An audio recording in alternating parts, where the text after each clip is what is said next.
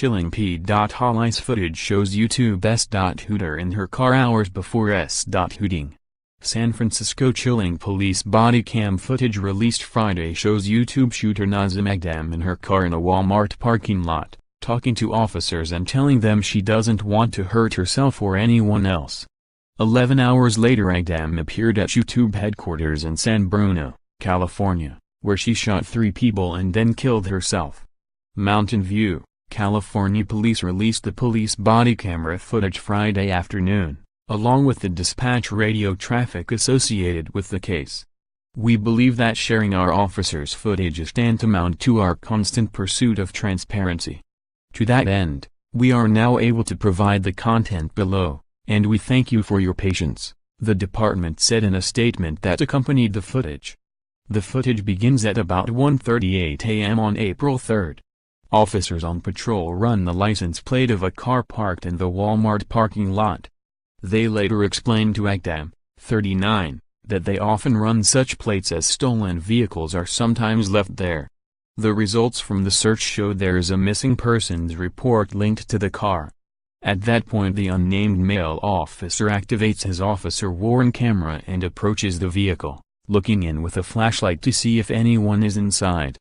He finds a woman sleeping in the back of the car. The dispatcher runs a check and finds no records of threats of violence on behalf of the woman.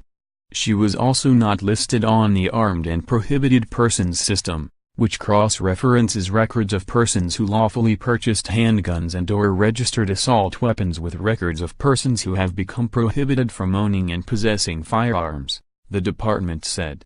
A second officer arrives and the Mountain View Police Dispatch Center says the reason Aghdam was reported at risk when a missing persons report was filed was because she had no prior reports of having gone missing. The officers approached the car and knocked on Aghdam's window. She wakes up and appears somewhat disoriented, telling them she left her family in San Diego because we're not getting along.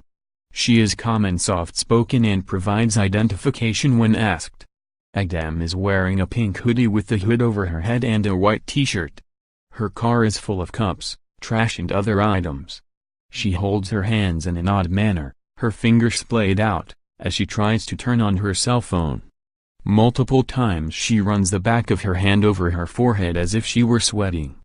The female officer asks her if she was taking any type of medication or if she is supposed to be taking medication, to which she responds no. You don't want to hurt yourself, do you? You don't want to hurt anybody else? You don't want to commit suicide or anything like that? The female officer asks her. Aghdam shakes her head no to each question.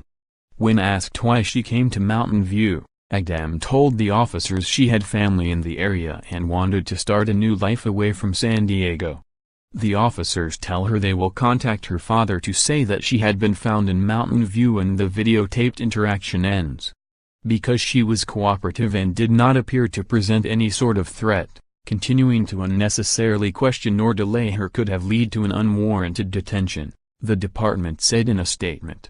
Officers look to strike the balance between investigative police work and maintaining the civil liberties of those that they contact. Based on our officers' interaction with Aghdam, including the fact that she had answered all of our questions cooperatively and thoroughly, there was no legal reason for us to remain on scene questioning her, the statement said. The officers then called Aghdam's father and told him she had been located and that she didn't want to go back to San Diego. The father thanked them and hung up.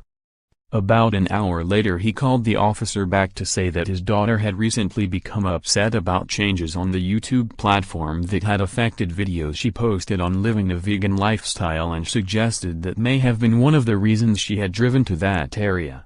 At no point in either of our conversations did the family bring up any concerns about their daughter's behavior, any potential violence she may carry out, or any likelihood that she could be a danger to herself or others, the department statement said. A few hours later, Aghdam went to a gun range where she practiced shooting. After that, she went to the YouTube headquarters and opened fire. Police have said the only connection they can find between Aghdam and YouTube is her anger that the service had recently changed how she was compensated for posting videos. They only care for personal short-term profits and do anything to reach their goals. Aghdam posted on her website, "There is no free speech in the real world and you will be suppressed for telling the truth that is not supported by the system." An animal rights activist, the videos she posted were a mixed satire, glamour shots and dark humor to rail against authority, capitalism and popular culture along with workout videos and vegan cooking tips. She posted in English, Turkish and Farsi, the language of her native Iran. Aghdam's family immigrated to the United States in 1996, and her father told the Bay Area news group that his daughter had shown no previous signs of being inclined to violence.